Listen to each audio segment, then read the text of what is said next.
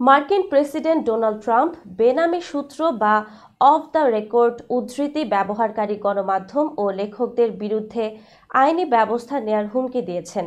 তিনি এ বিষয়ে নতুন আইন প্রণয়নের ইঙ্গিতও দিয়েছেন।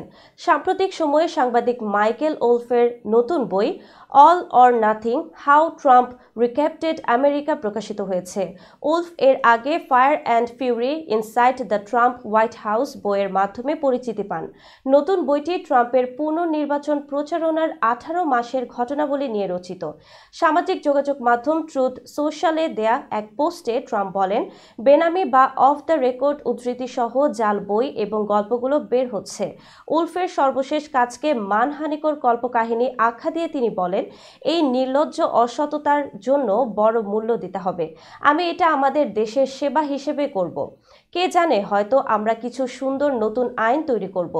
এদিকে হোয়াইট হাউস নিয়ে মিডিয়া কভারেজ নীতির অধীনে এপি, রয়টার্স ও ব্লুমবার্গ সহ কয়েকটি সংবাদ সংস্থার সাংবাদিকদের নতুন মন্ত্রিসভার প্রথম বৈঠকের খবর সংগ্রহে প্রবেশ করতে দেয়নি। হোয়াইট হাউসের প্রেস সেক্রেটারি ক্যারোলিন লিভিট জানান, ঐতিহ্যবাহী মিডিয়াগুলো আগের মতোই ট্রাম্পের সংবাদ সংগ্রহের অনুমতি পাবে। তবে ওভাল অফিসের মতো ছোট জায়গায় প্রেসিডেন্টের সংবাদ সংগ্রহের ক্ষেত্রে কোন মিডিয়া আউটলেটগুলো অনুমতি পাবে তা হোয়াইট হাউস নির্ধারণ করবে। এক্ষেত্রে ধাপে ধাপে গণমাধ্যমগুলোকে সুযোগ দেওয়া হবে।